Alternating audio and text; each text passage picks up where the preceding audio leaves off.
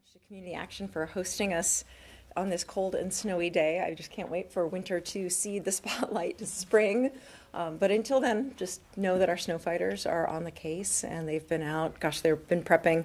You may have seen the lines in the street pre-treated for Brian yesterday, and they've been out since midnight working to try to make sure everyone can get through the community safely. And I'm glad that you all got here safely today, so thank you.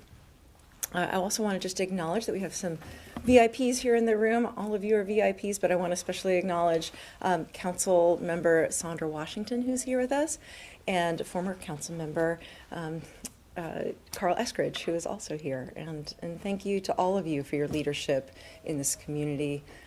Day in and day out, we are a successful community because of your efforts, and it is truly just a beautiful day to be talking about the kinds of things we'll be doing together into the future.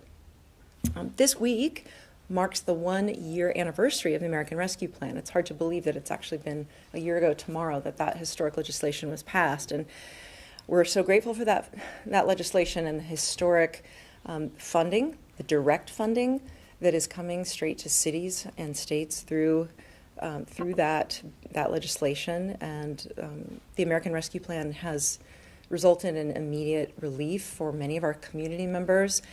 And it is also bolstering the city and county's work to support a diverse, thriving, and growing local economy. And welcome, Councilman McGinnis. Richard McGinnis, thank you for being here too, another one of our city VIPs. Our partnership with Lancaster County was intentional. After we received these funds, both the county and the city received an allocation. We wanted to work together to make sure that we were maximizing these resources. It sounds like a lot of money, 108 between the two of us, 108 million, but we know that there's great need. So we worked together to try to make sure we weren't having any overlap and that we were making the best decisions for our community.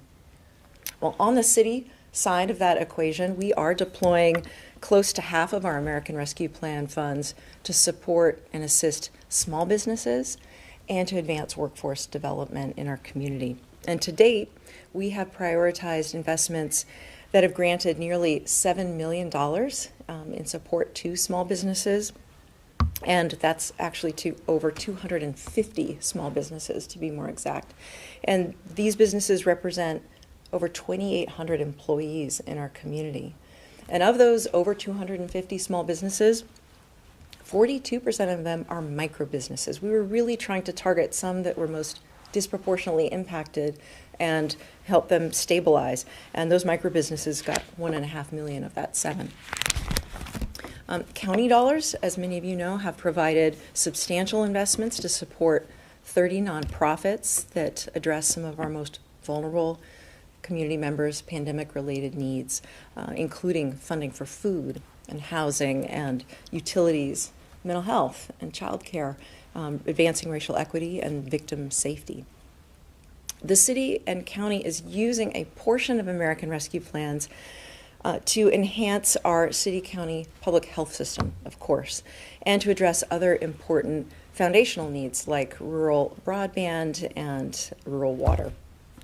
But the American Rescue Plan has been instrumental in helping us to meet the immediate critical needs of our community and lift up our neighbors because it's come directly to us. And at the same time, this historic legislation not only meets immediate needs, it's helping us invest in the future. It's helping us to accelerate our economic recovery and growth into the long term. And in our community, we knew before the pandemic started that workforce was a key priority and challenge for our success. And we are going to be making significant investments in workforce development because of that. And that's why we're here today. Today we are announcing the recipients of the Workforce Grant Program that was established using the state and local fiscal recovery funds. Workforce development is a key issue. It was identified specifically, called out specifically by my economic recovery task force that we convened in the wake of the earliest days of the pandemic. And the task force highlighted the need for skilled workers in high demand fields, and we feel those needs even more acutely today. So ensuring workers have access to rewarding and financially secure careers that enable them to provide for themselves and their families is a top priority. has been, it will continue to be. Ensuring businesses and organizations can secure the workforce they need to be successful and grow our local economy is an equally important priority. And backing these priorities with major funding from the American Rescue Plan is a win-win for Lincoln's workers and employers. Last August, we announced that $12 million in competitive grant funding would be available over the next 3 years to help workers impacted by the pandemic gain new skills, find new opportunities, and help our city grow. And today we are delighted to announce the following awards. Bryan Health will receive over $1 million for 125 participants a year to receive certified nursing assistant or phlebotomy training. And with us today is Valerie Hunt, the Director of Philanthropy and the Major Gifts Officer for the Bryan Foundation. And we're so pleased that you could be with us for this announcement. The Center for People in Need will receive almost $600,000 to train 40 students per year in the Google Career Certificate Program. The Center's Director of Development, Joanne Emerson, is representing the Center for People in Need here today. The Lincoln Manufacturing Council will receive about $2 million to provide 2 types of classes. 14 Manufacturing Certification 1 classes will be offered to 225 participants over 3 years. And 12 Manufacturing Certification 2 classes will be offered to 200 participants. And with us today are Allison Hatch, the Director of Workforce Development for the Lincoln Partnership for Economic Development, and Jason Ball, our new President of the Lincoln Chamber of Commerce. Rabble Mill will receive about $2 million for its Workforce Readiness Program and to fund building improvements that supports that initiative. And Mike Smith and Andrew Norman are here from Rabble Mill, and we're glad you're here.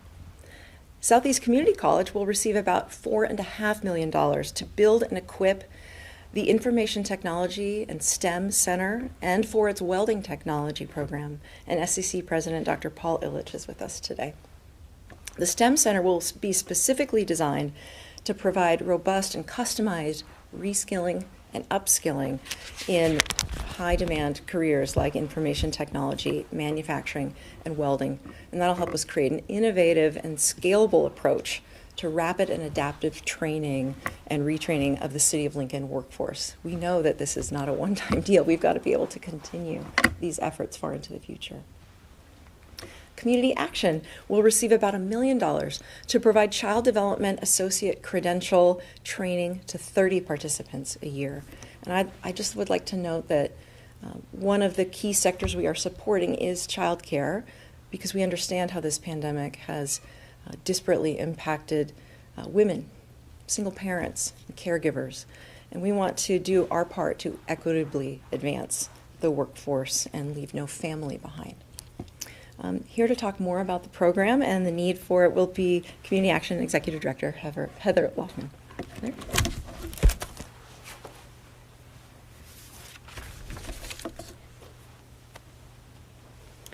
Well, thank you, Mayor, and it is certainly a great privilege and honor to share in this announcement, which is great for us and great for the City of Lincoln.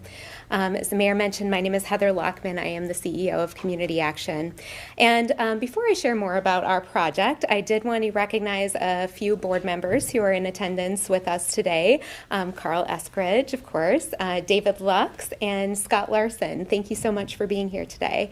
I did also want to recognize our staff who are in attendance. Staff, if you want to kind of wave your hands. Thank you also for being here today. Yes, indeed. Community Action is an anti-poverty organization with a mission to empower people living in poverty to reach economic stability. We achieve that mission through the provision of 17 programs and services in 4 impact areas, and those are early childhood education, homelessness prevention, financial and family well-being, and hunger relief and healthy food access. Community Action provides high-quality early childhood education services to 493 children through early Head Start and Head Start programming at no cost to families. Our programs are designed to prepare children with greater risk factors for success in kindergarten and beyond. And we, of course, know that the most critical component in our ability to be successful in that effort is having a strong, highly skilled, highly qualified workforce of early childhood professionals. And we also know that the early childhood education sector, both locally and across the state, faces a critical workforce shortage. Through the grant that Mayor Gaylor Baird has announced this morning, Community Action Head Start will launch an on-the-job training program, providing individuals the opportunity to earn credentials to advance in early childhood education careers while employed with us. The program uses evidence-based strategies for supporting workforce development outcomes and will address potential barriers to success through provision of supportive services, including childcare and transportation assistance, technology and materials to support educational attainment, and stipends while participants are working toward earning their credentials. We are thrilled and honored to have the opportunity to support our neighbors in increasing their professional skill sets, growing their wages, advancing their careers, and ultimately achieving greater economic stability. Thank you so much.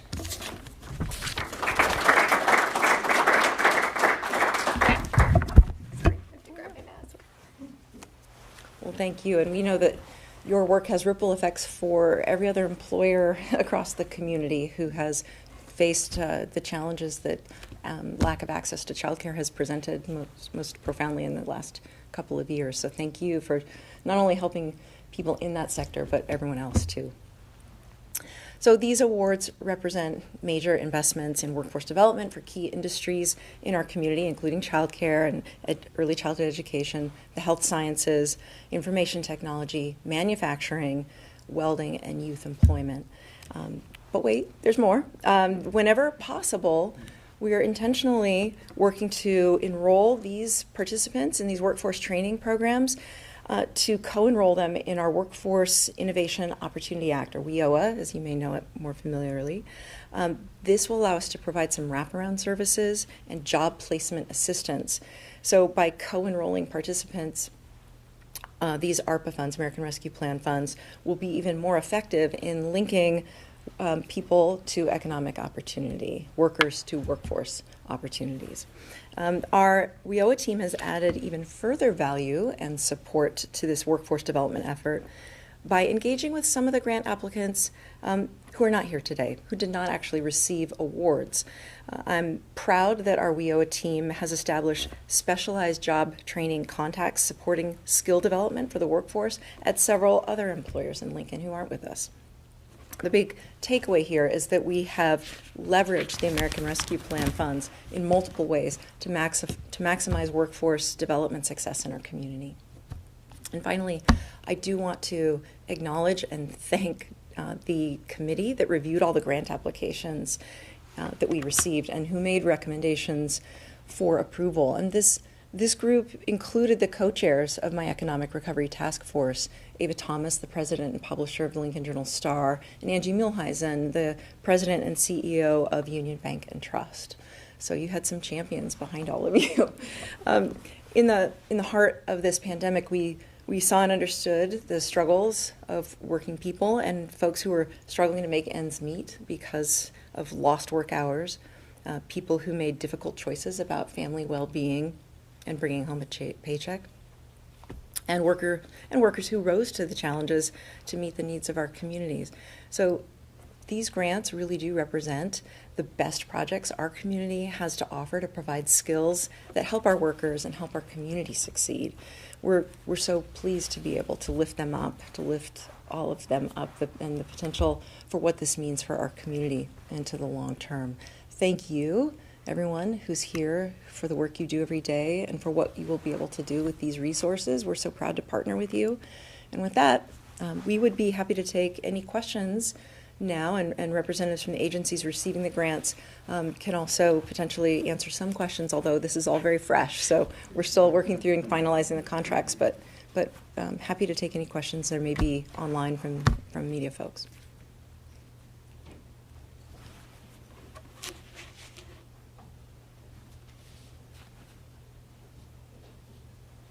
if they know how to reach us.